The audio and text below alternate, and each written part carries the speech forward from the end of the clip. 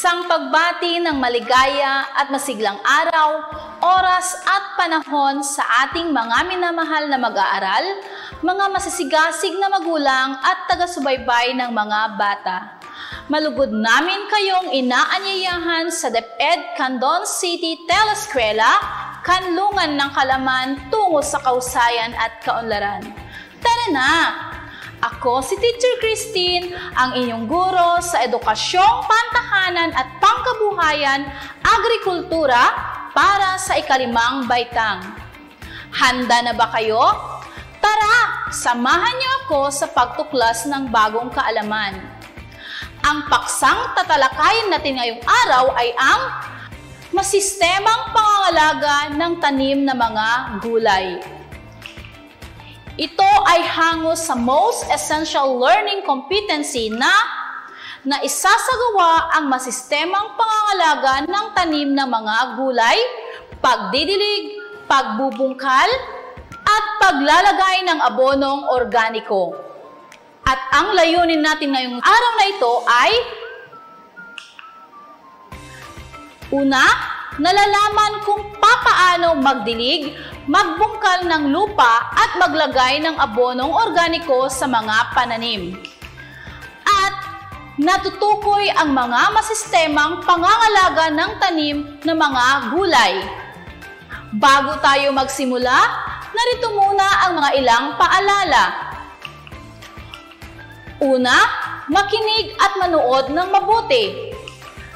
Pangalawa, intindihin ang sinasabi ng guro.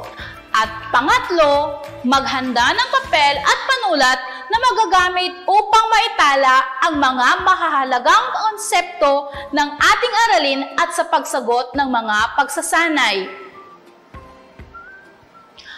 Para sa ating patnubay na tanong,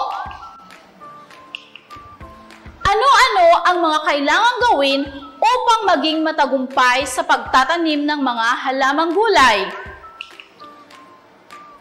Sa nakaraang aralin, napag-aralan mo kung paano masusunod ang mga pamamaraan at pag-iingat sa paggawa ng abonong organiko. Sa pagpapatuloy, maaaring sagutin ang mga sumusunod na pagsasanay. Para sa panuto, sabihin ang tama kung ang pangungusap ay naglalahad ng tamang pamamaraan ng pagtatanim, mali naman kung hindi.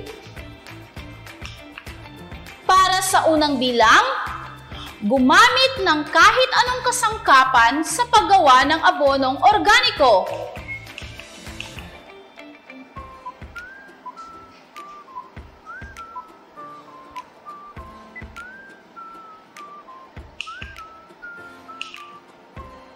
Ang tamang sagot ay mali, mahusay.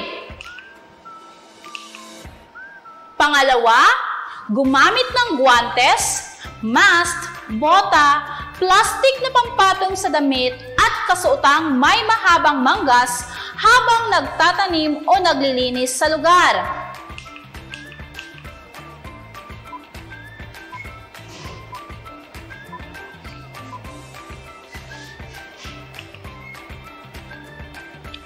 Tama! Ang tamang sagot.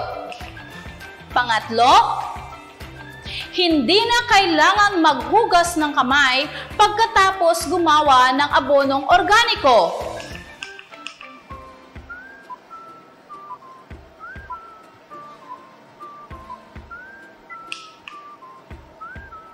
Mali ang tamang sagot. Pang-apat, itago muna ang mga kasangkapan sa permanenteng lugar upang hindi ito madaanan at maging sanhi ng aksidente.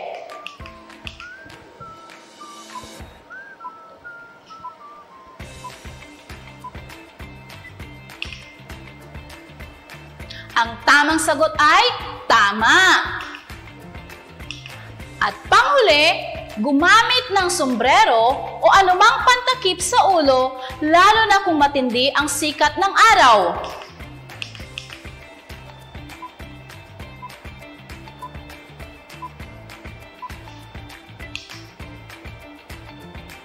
Ang tamang sagot ay tama.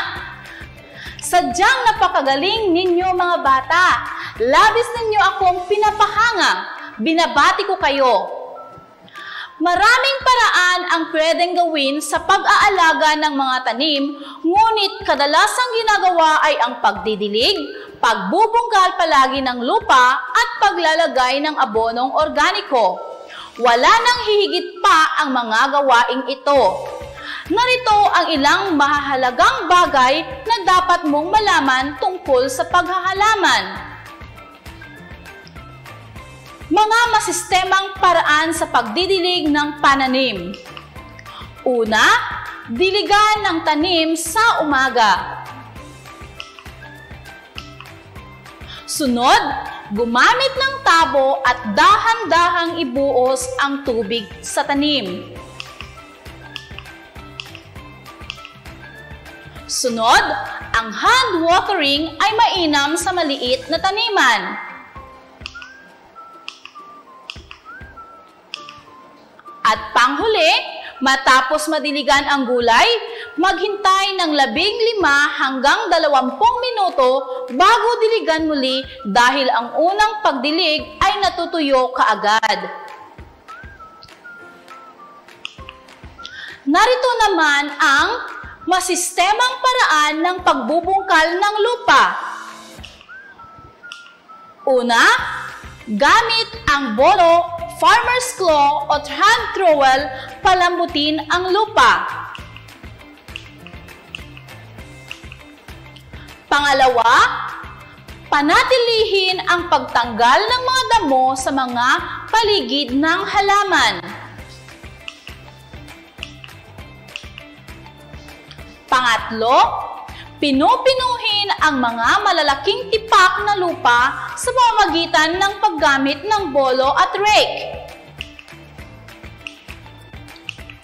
At panghuli, ugaliing kausapin ang mga halaman bagamat wala pa itong basehan sa agham. Dumako naman tayo sa masistemang paraan ng paglalagay ng abonong organiko. Una, broadcasting method. Ikinakalat ang pataba sa ibabaw ng lupa at hindi na hahaluin. Kadalasan ito ay ginagawa sa isang maliit na taniman.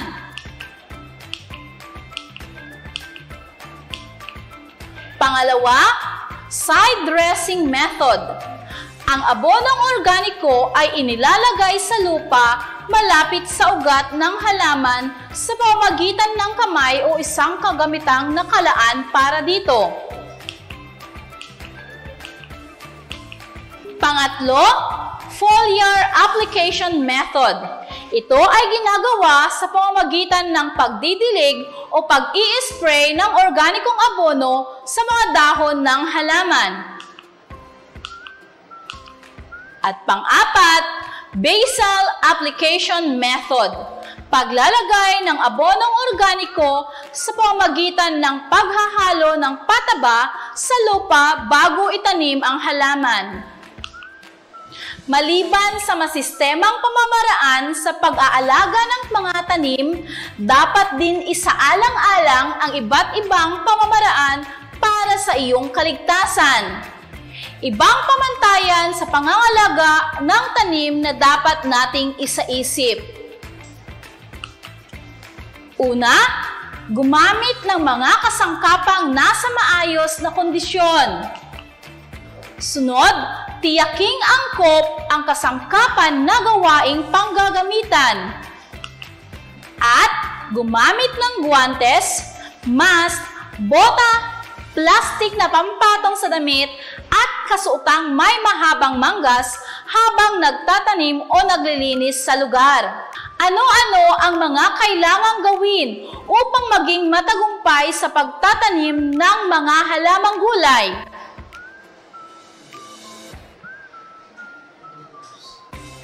Tama! Isagawa ang mga masistemang pangangalaga ng mga pananim gaya ng pagdidilig, pagbubungkal at paglalagay ng abonong organiko. Anong uri ng paglalagay ng abono ang iyong ginagamit?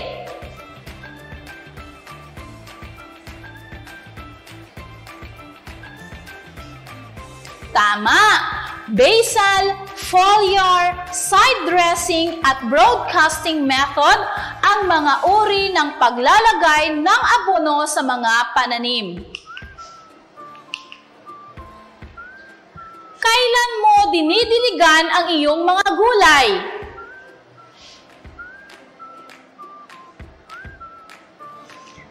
Diligan ang mga tanim sa umaga. Paano mo pinalalambot ang lupa sa kamang taniman?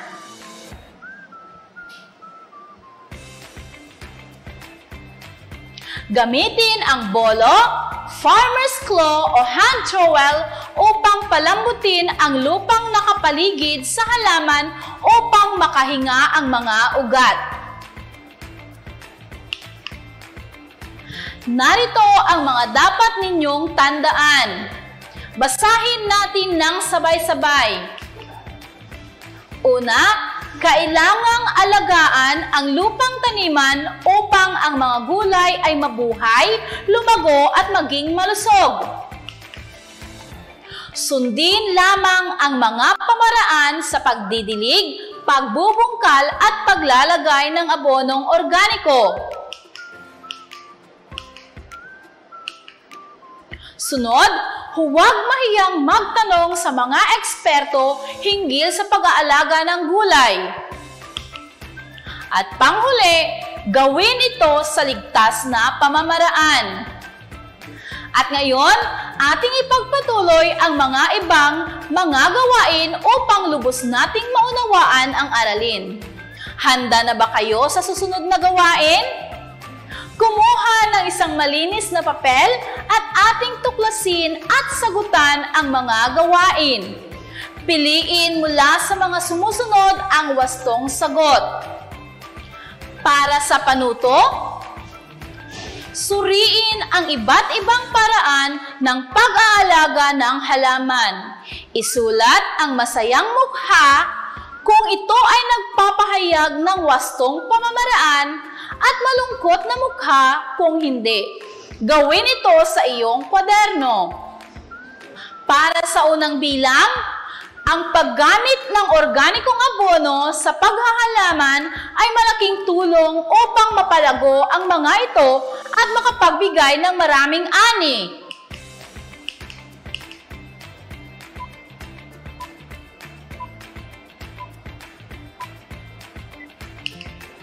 Ang tamang sagot ay masayang mukha. Magaling!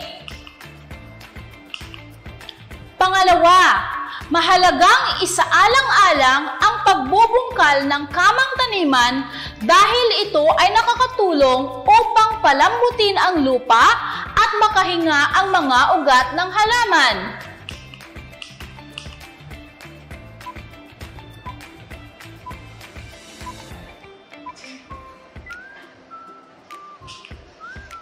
Tama! Ang tamang sagot ay masayang mukha. Pangatlo, ang basal application method ay ginagawa sa pamamagitan ng pagdidilig o pag-i-spray ng abonong organiko sa mga dahon at halaman.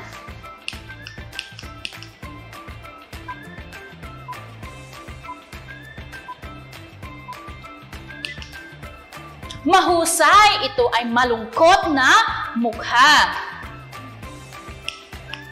Pang-apat, pinupinuhin ang mga malalaking tipak ng lupa sa pamamagitan ng paggamit ng bolo at rake.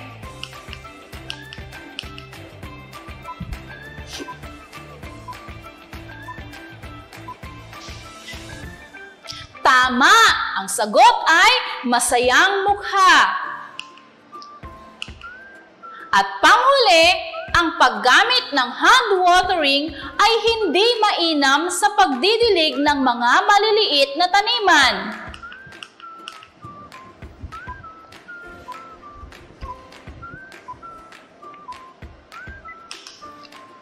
Ang tamang sagot ay malungkot na mukha.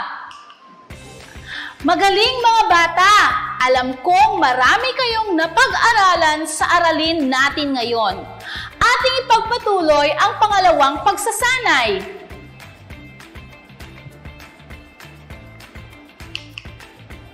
Para sa panuto, pagtambalin ang hanay A sa hanay B tungkol sa masistemang pangangalaga ng mga gulay. Piliin ang titik ng tamang sagot. Isulat ang iyong sagot sa kwaderno. Bibigyan ko kayo ng 1 minuto upang sagutin ang gawain.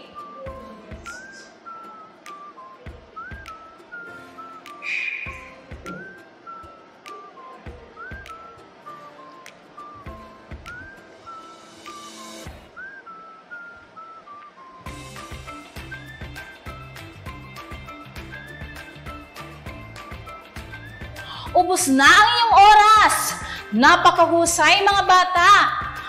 Atin nang alamin ang mga tamang sagot. Para sa unang bilang, panahon sa pagdidilig ay titik A sa umaga. Pangalawa, gamit sa pagpapalambot ng lupa ay titik B, bolo, hand trowel o farmer's cloth. Pangatlo, basal application method ay titik C. Ang abonong organiko ay inihalo sa lupa bago magtanim.